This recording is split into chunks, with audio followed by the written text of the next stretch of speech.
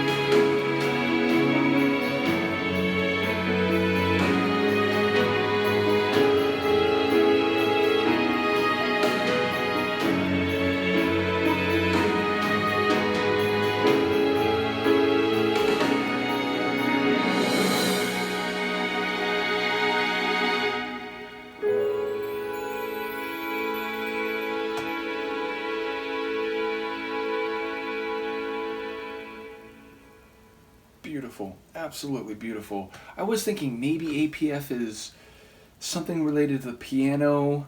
Again, piano forte is the original name for the instrument, so maybe APF refers to the presence of the piano, which is obviously a major part of that. So that's my guess, and I should have thought of that in advance because, again, piano forte is the idea that a piano, unlike a lot of other instruments, such as a harpsichord, where you hit the key and it's going to pluck the string and play it the same way no matter how hard you hit the key. Whereas with the piano, because it's hammers, it's if you hit it lightly, it plays it very lightly. If you hit the key very strongly, it makes a much more forceful sound. So yeah, one of the innovations of the piano is that it can be played softly or lightly, piano or forte, or softly or more heavily, piano or forte. So maybe that's what that means. But yes, obviously the strings are a major part of that as well. And there's actually like that little triple run, the dun dun dun dun dun. There's like another melody that my brain wants to hear or is recognizing a similarity with in that part. Though in whatever I'm thinking of, it doubles, it plays that twice in a row. But yes, that run where it does that quick triple and then smooths out. I love that sound in this. I love those moments where there's a dead pause, a brief hanging, and then it comes in dramatically, including with the snare drum.